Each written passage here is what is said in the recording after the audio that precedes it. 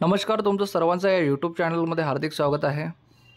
महाराष्ट्र राज्यातील सर्व धर्मांमधील 60 वर्ष वय व त्यावरील ज्येष्ठ नागरिकांना तीर्थदर्शन यात्रेची मोफत संधी देण्यासाठी मुख्यमंत्री तीर्थदर्शन योजना ही सुरुवात झाली आहे। त्या संदर्भातला जो GR आहे तो नुकताच 14 जुलै रोजी जाहीर झाला आहे। त्या संदर्भातली संपूर्ण माहिती आपण या व्हिडिओच्या माध्यमातून बघणार आहोत, तरी सर्वांनी हा शेवटपर्यंत व्हिडिओ बघावा ही नम्र विनंती।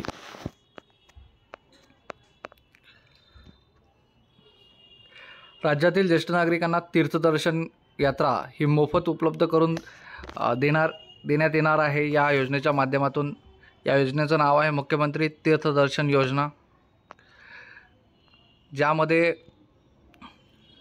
तीर्थस्थळांची यादी दिलेली आहे। अ व ब अशी आहे, ज्यामध्ये एक अ मध्ये पूर्ण भारतातील तीर्थस्थळांची माहिती आहे, तसेच ब मध्ये हे संपूर्ण महाराष्ट्रामध्ये जे काही तीर्थस्थळ आहे, ज्या तीर्थस्थळांना आपण या योजनेच्या माध्यमातून भेट देऊ शकतो त्या संदर्भात आहे। या योजनेचा लाभ हा एकच वेळ घेता येईल। त्याची कमाल मर्यादा आहे प्रति व्यक्ती 30,000 रुपये इतकी राहील। तसेच त्यामध्ये प्रवास, नियोजन, निवास, भोजन या संदर्भातला समावेश असेल। या योजनेचे लाभार्थी कोण असतील तर महाराष्ट्र राज्यातील ते रहिवासी असले पाहिजे, त्यांचं वय हे 60 वर्ष व त्यावरील ज्येष्ठ नागरिक ते असले पाहिजे। या योजनेच्या लाभार्थ्याची पात्रता जी आहे ती लाभार्थी महाराष्ट्र राज्याचा रहिवासी असला पाहिजे, त्याचं वय 60 वर्ष, तसेच त्याची जी उत्पन्नाची मर्यादा ही 2.5 लाखापेक्षा जास्त नसावी। तसेच कोण या योजनेसाठी अपात्र असतील त्यामध्ये ज्या ज्येष्ठ नागरिकातल्या कुटुंबातील सदस्य हा इन्कम टॅक्स भरत असेल असे, तसेच जर एखाद्या महाराष्ट्राच्या राज्य सरकारच्या किंवा कुठल्या पण सरकारी विभाग, उपक्रम, मंडळ, भारत सरकार किंवा राज्य सरकारच्या स्थानिक संस्थेमध्ये कार्यरत जे असतील तर ते अपात्र ठरतील याला। तसंच निवृत्तीवेतन घेत आहेत असे सदस्य पात्र ठरणार नाहीत। जर उत्पन्न मर्यादा ही 2.5 लाखापेक्षा जास्त असेल उत्पन्नाची तर ते याच्यातून वगळले जातील। तसेच यांच्या कुटुंबातील सदस्य हे माजी खासदार किंवा आमदार नसले पाहिजेत, जर असतील तर तुम्ही अपात्र असाल याच्यासाठी। तसेच तुम्ही महाराष्ट्र किंवा केंद्र सरकारच्या कुठल्याही बोर्ड, कॉर्पोरेशनचे किंवा अध्यक्ष, संचालक किंवा उपाध्यक्ष नसले पाहिजे। तसेच तुमच्या घरातील कुठल्याही कुटुंब सदस्यांच्या नावे एखादी 4 चाकी गाडी ही नोंदणीकृत नसली पाहिजे। याच्यामध्ये ट्रॅक्टर वगळून, जर ट्रॅक्टर असेल तर तुम्ही यांच्यासाठी पात्र आहात। तसेच तुम्हाला कोणत्याही पद्धतीचा प्रवासासाठी शारीरिक किंवा मानसिकदृष्ट्या त्रास नसला पाहिजे, तुम्ही सक्षम असले पाहिजे।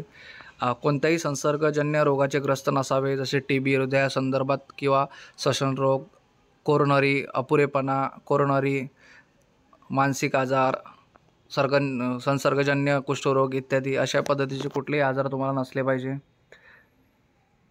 तसेच या योजनेसाठी वैद्यकीय अधिकाऱ्याने पूर्ण आरोग्य तपासणी केल्यानंतर ती व्यक्ती शारीरिकदृष्ट्या निरोगी आणि प्रस्तावित प्रवासासाठी सक्षम असल्याचे प्रमाणपत्र तुम्हाला सादर करावे लागेल। हे प्रमाणपत्र तारखेच्या 15 दिवसाच्या पेक्षा जास्त जुने नसावे, म्हणजे तुम्हाला वैद्यकीय प्रमाणपत्र याच्यासाठी सादर करावे लागेल अर्जासोबत।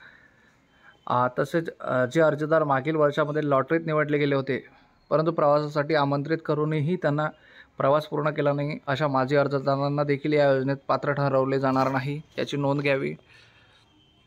तसेच जी काही माहिती असेल आपली ती संपूर्ण जी खरी माहिती आहे तीच प्रवाशाने यामध्ये दिली पाहिजे।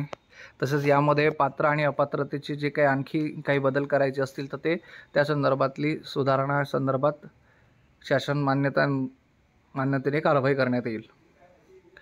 या योजनेसाठी तुम्हाला कुठले कागदपत्र गरजेचे आहे?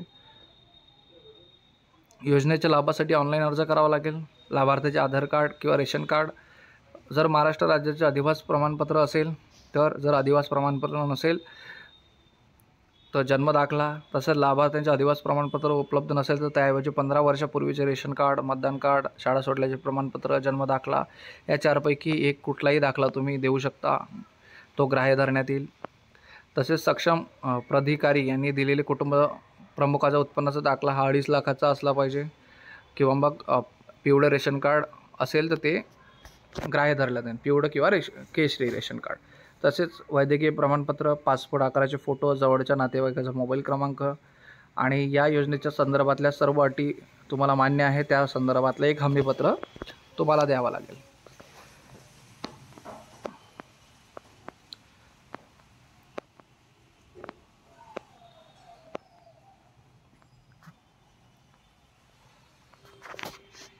याच्यामध्ये ऑनलाईन अर्ज करण्याची जी प्रक्रिया आहे त्यामध्ये तुम्ही मोबाईल ॲप्लिकेशन किंवा मग सेतू केंद्राद्वारे किंवा जे अर्जाचं पोर्टल सुरू होणार आहे त्या संदर्भात माहिती मिळेलच, त्यावरून तुम्ही ऑनलाईन अर्ज करता येईल.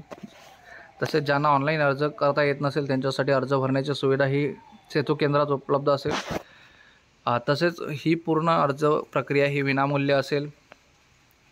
अर्ज करताना तिथं फोटो काढावा लागतो. त्यासाठी जे व्यक्ती असेल त्यांनी तिथं प्रत्यक्ष हजर राहावे, जेणेकरून KYC करण्यास कुठली अडचण येणार नाही. त्यासाठी संपूर्ण कुटुंबाचे ओळखपत्र, रेशन कार्ड तसेच स्वतःचे आधार कार्ड असणं गरजेचं आहे. या संदर्भातली सर्व पात्रतेची यादी, तात्पुरती यादी हे पोर्टलवर जाहीर करण्यात येईल. तसेच अंतिम यादीतील अर्जदार दुर्दैवाने मयत झाल्यास किंवा मग एखादा काही त्याला प्रॉब्लेम आला, तो जाऊ शकत नाही, तर त्याचं नाव याच्यातून वगळण्यात येईल. तसेच जे प्रतीक्षा यादीत असेल त्यांना त्यांची जागी नावं घेतल्या जातील.